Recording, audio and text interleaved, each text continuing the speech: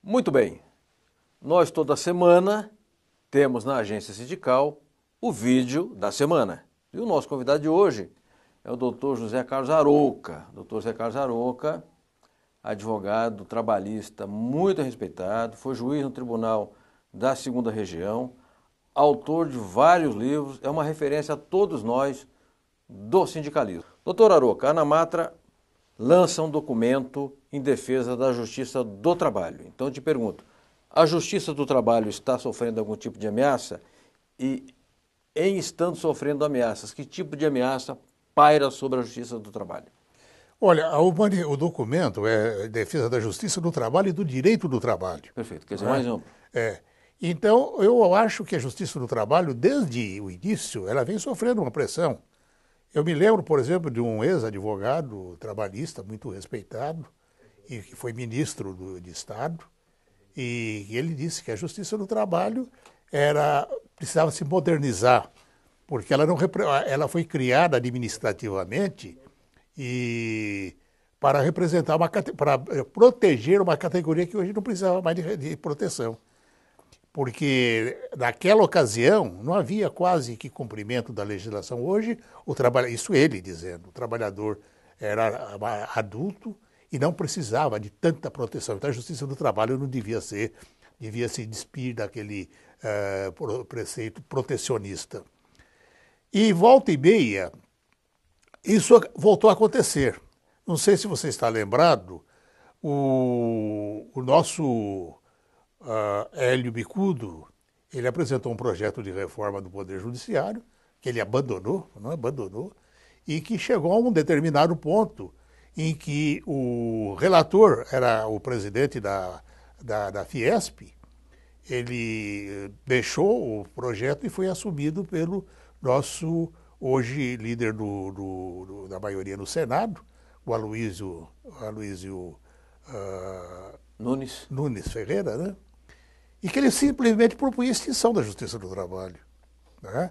Ele transferia os processos trabalhistas, veja só, para a Justiça Federal. Sinal que ele nunca advogou lá na Justiça do Trabalho, ele nunca passou por lá. Mas o Aloysio é procurador, ele não é neófito. Sim. Ele não... E aí a relatoria foi para a Zulaê Cobra. Sim. E a Zulaê, ela propôs o arquivamento do projeto. Dizem uns que foi em razão do movimento sindical. Eu digo que não, que foi por descuido.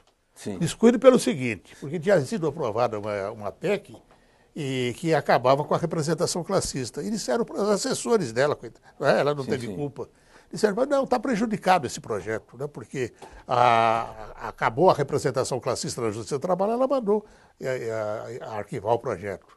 Quase que passou. Eu digo que não existe razão para continuar existindo a Justiça Federal, a Justiça Militar, mas a Justiça do Trabalho, por que extinguir? É a justiça que protege os trabalhadores e não precisa realmente de proteção. Mas há uma mentalidade que eu não consigo entender. Por exemplo, muitos juristas, até expressivos, juristas, parlamentares, sem falar da representação patronal, eles costumam dizer o seguinte: o trabalhador recebe, dá quitação e reclama. É a indústria da reclamação trabalhista.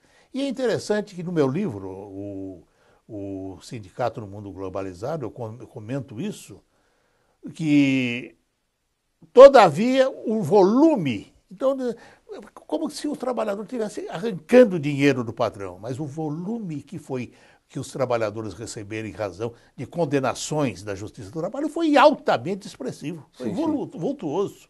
Sim. E ainda agora você vê bancos como o Itaú, empresas como a Volkswagen, atendendo apelos do Ministério Público do Trabalho, né, para abrir mão dos recursos protelatórios. Doutor Arouca, no documento da ANAMATRA, que me referi no começo da conversa, a certa altura eles citam um detalhe que eu considero interessante.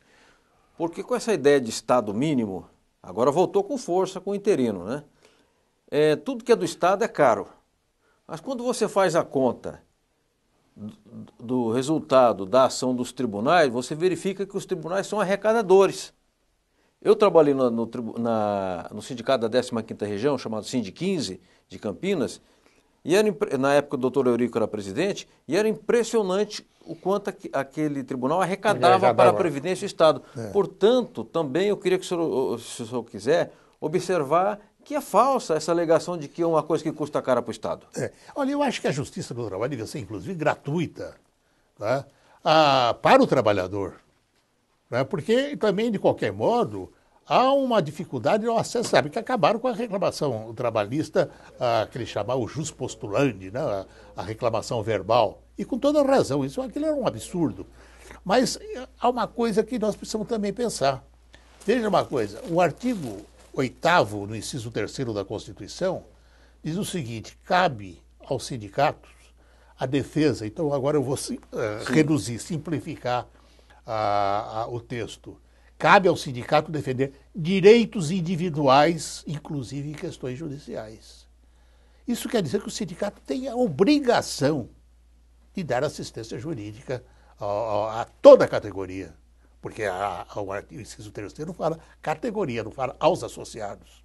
Mas eu queria fechar esta entrevista, que depois nós vamos fazer outra, perguntando se ele assinou a petição, ou o documento, melhor dizendo, da Ana Matra, e se essa ameaça que é feita à Justiça do Trabalho e ao Direito do Trabalho, se ela está inserida numa ofensiva mais ampla contra aquilo que é Estado.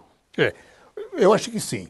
Eu assinei o documento, é claro, e até é interessante que também agora o Ministério Público do Trabalho está aderindo a esse documento, né? Eu vejo nesse documento uma reação de proteção da Justiça do Trabalho e do Direito do Trabalho. Nós temos aqui duas vertentes. Uma delas, a proteção ao direito do trabalho, é diante de uma ameaça muito forte, muito presente, que é o da terceirização da mão de obra, que está sendo aí apoiado indevidamente por dirigentes sindicais, por autores consagrados, por sindicatos equivocados. E a outra coisa é o seguinte: vamos acabar com os trabalhadores, com a mão de obra, e vamos automatizar toda a mão de obra o quanto possível. Vamos robotizar o trabalho. E aí como que fica? Aí, então, diz um autor, os muros vão continuar aumentando de tamanho, de altura, não é? As muralhas nas casas, os sistemas de segurança, mais polícia, mais presídio, porque não temos mão de obra, não temos emprego. E não tendo emprego, o que resta ao trabalhador para sustentar a sua família? É a marginalização, não é? Então é o Estado marginalizando aquilo que é o fundamental para ele, que é o trabalho do operário, o trabalhador. Não é? Mas eu queria também te colocar uma outra coisa que me atemoriza muito, que é essa história do negociado sobre o legislado. Sim, sim. Não sei se você tem tempo para falar sobre isso. Vamos falar um pouco sobre isso. Olha, no governo Fernando Henrique Cardoso, o ministro do Trabalho, Eduardo Amadeu, né, ele criou uma força-tarefa no Ministério do Trabalho que era para terceirizar tudo mesmo. Né? Então, foi aí que veio o banco de horas, o contrato por prazo determinado, o contrato por tempo parcial, o layoff, e vinha muito, muito mais coisa. Ele deixou o Ministério do Trabalho e assumiu o nosso governador do Rio de Janeiro, Francisco Dornelles. E ele, então, quando ele tomou posse, ele disse uma coisa muito engraçada: não sou do ramo, quer dizer, não entendo nada disso. Logo depois de dizer, agora com esse projeto, então vamos poder terceirizar tudo. Sim. Mas ainda não havia o projeto. Eles entenderam dessa forma. Então eu me lembro que eu escrevi um artigo dizendo assim que, bom, agora o empregador vai dizer, olha, esse mês eu não vou recolher 8% de INSS, não vou recolher só 3%. E fundo de garantia, não. O fundo de garantia fica 0,5%, só coisa dessa ordem, né? Coisa de loucura. E tem um artigo da CLT 618 que está desativado, vamos dizer assim. Perdeu o efeito. Então usaram esse artigo 618, encaixaram nele a superação do negociado sobre o legislado. Agora veja uma coisa, para negociar, não precisa negociar acima mudar a lei, porque a negociação é livre. Sim, sim. Vejo o artigo 7º da Constituição, ele permite a flexibilização, erradamente, né? Erradamente, dos dois pilares do contrato de trabalho. O salário, inciso 6º, e a jornada de trabalho, 13 e 14. Então, agora, flexibilizar o quê? Então, aí vem, bom, flexibilizar tudo, mas menos o que está na Constituição, meio ambiente de trabalho, previdência, fundo de garantia, essas coisas. Mas o projeto não passou. E, de repente, o Tribunal Superior do Trabalho promove um congresso que ficou na história, né? Um congresso que teve uma repercussão muito grande. O movimento sindical foi lá para o congresso. Me lembro, foi para o congresso. E a participação da OIT, muito marcante, muito reacionária, muito reacionária. Aliás, cada vez mais conservadora e reacionária. Os técnicos da OIT, que aliás ficaram todos eles meio zangados comigo, só diziam, não, nós temos que assinar a Convenção 87, temos que assinar... Bom, mas espera, aqui nós estamos discutindo outra coisa, nós estamos discutindo a proteção do trabalhador, a manutenção dos direitos dos trabalhadores. O presidente do Tribunal Superior do Trabalho era o ministro Oscar Dallacem, né? E ele abriu um espaço, mas vejam só, exatamente para o Sindicato dos Metalúrgicos do ABC de São Bernardo defender, reviver o negociado sobre o legislado. O que tinha acontecido antes? Que é aquele contrato especial, né? Chamado Exato, contrato especial. específico. Específico. Mas aquele projeto anterior, lá do governo Fernando Henrique Cardoso, aprovado, o movimento sindical pediu ao presidente eleito Lula que retirasse o projeto e ele atendeu. O projeto foi retirado. Aí, de repente, o sindicato onde ele nasceu vem reviver esse projeto. Não deu certo, também morreu. E agora o novo presidente do Tribunal Superior do Trabalho, o ministro Ives Gandra, vem reaviver outra vez o projeto e está dando, então, o que falar. Os empregadores, os capitais, estão entusiasmados com a perspectiva de aprovarem a terceirização e esse negociado sobre o legislado. Perfeito. Doutor Arouca, eu queria apontar o que eu considero uma contradição do empresariado brasileiro.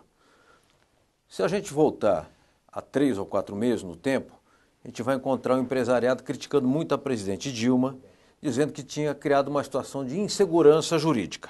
E o Michel Temer, no dia 29 de outubro do ano passado, publicou uma ponte para o futuro, que na prática é absoluta e total insegurança jurídica para os trabalhadores. Porque se eu estabeleço um negociado sobre o legislado, se eu reduzo papéis do Estado, se eu aponto o caminho da terceirização, ou seja, joga a massa trabalhadora na insegurança jurídica. Então eu quero dizer que é uma esperteza da classe patronal. Eu queria saber se o senhor pensa assim, para os seus interesses, plena segurança jurídica. Para os interesses dos trabalhadores e do trabalho, a livre negociação. Sim, claro, nem há dúvida. É exatamente isso que você está falando, não tenho que acrescentar mais nada. Apenas lembrando que logo, por exemplo, os jornais de hoje falam que o presidente interino, Michel Temer, está recuando no tempo para o projeto de reforma da Previdência Social. Né? Mas o ministro do Trabalho também já adiantou, não, o negociado sobre o legislado é imprescindível. Tá?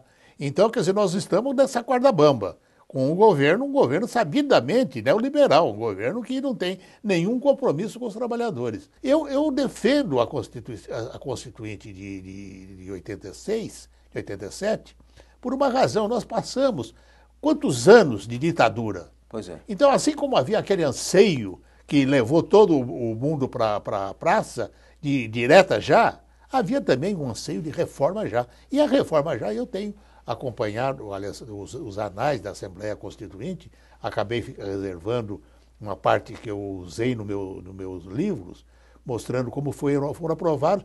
Veja, por exemplo,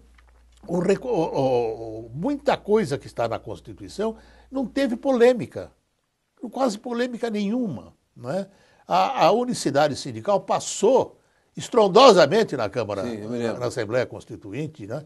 A contribuição, que veja só que interessante, a contribuição, ela começou até com uma proposta do DIAP, né? Que chegou à Comissão da Ordem Social, que era o quê? Era uma contribuição para todos os representados e que não tinha nenhum aspecto de assistencialista, porque é o assistencialismo que compromete a receita do movimento sindical, não é?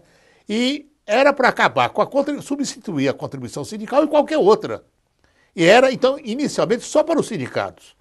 Mas as confederações dos dois lados, patronal e empresarial, assustadas com o crescimento das centrais, fizeram uma pressão, um lobby, e conseguiram aprovar o tal sistema confederativo que já existia. Sim. Não é? Mas o nosso sistema não devia ser só confederativo, ele devia ser um sistema amplo e geral para ter não só o sistema confederativo vertical, sindicato, federação, confederação, mas também horizontal, com as centrais e as uniões. Passou isso, e como estava fácil passar, eles ainda conseguiram colocar uma vírgula no inciso 4º do artigo 8º, e independentemente da contribuição prevista em lei. Pô, é a primeira vez que eu vejo uma Constituição falar em lei ordinária, né? Sim. Quer dizer, se a lei ordinária for revogada, como que fica a Constituição? Sim. Tanto é que tem alguns que já dizem, não, a contribuição sindical tem a estrutura constitucional. Não tem coisa nenhuma, né? Eu quero agradecer muitíssimo, doutor José Carlos Arouca, advogado trabalhista, escritor, foi juiz no tribunal aqui da 2ª Região e também é compositor. Nem todo mundo conhece essa faceta do doutor Arouca, que assina lá as suas... O Chico Buarque assinava como Julinho da Adelaide, que era para fugir da censura, né? Para levar a censura na conversa. O doutor Arouca não é o caso, ele tem o nome artístico Zelão, tem lá alguns CDs dele, com sambas canções, com músicas muito bonitas. Doutor Arouca, muitíssimo obrigado. Eu que agradeço Obrigado. O convite, estou sempre às ordens da agência sindical, que tem uma forte penetração no movimento social, né? E uma importância muito grande. Muito obrigado. Muito obrigado, doutor Arouca. Um forte abraço a todos e a todas.